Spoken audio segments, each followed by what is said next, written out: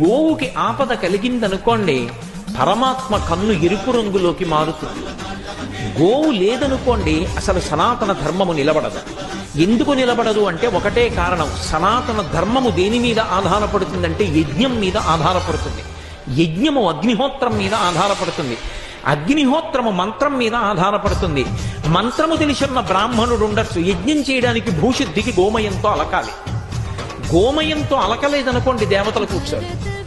ఎందుకు కూర్చోరు అంటే భూమికి శుద్ధి ఉంటే తప్ప ఎలా వచ్చి కూర్చుంటారు? కూర్చోలేరు. ఇంతకు ముందు ఎవరెవరు అక్కడ తిరిగారో తెలియదు కాబట్టి అక్కడికి వచ్చి దేవతలు కూర్చునే అవకాశం ఉండదు. అలా కూర్చోవాలంటే గోమయంతో అలకాలి. భూశుద్ధి గోమయం చేత జరుగుతుంది. కాబట్టి గోవు లేదనుకోండి, గోమయం ఎక్కడి నుంచి వస్తుంది? పేడ. ఆవు పాలు లేవు, హోమం ఎలా చేస్తారు? నెయ్యి లేదు, హోమం ఎలా చేస్తారు? మంత్రం వచ్చిన బ్రాహ్మణుడు ఉన్నాడు, గోవు లేదు, ఎలా జరుగుతుంది? అందుకే బ్రాహ్మణుడి కన్నా ముందు ఎవరు ఉండాలంటే గోవు ఉండాలి. గో బ్రాహ్మణి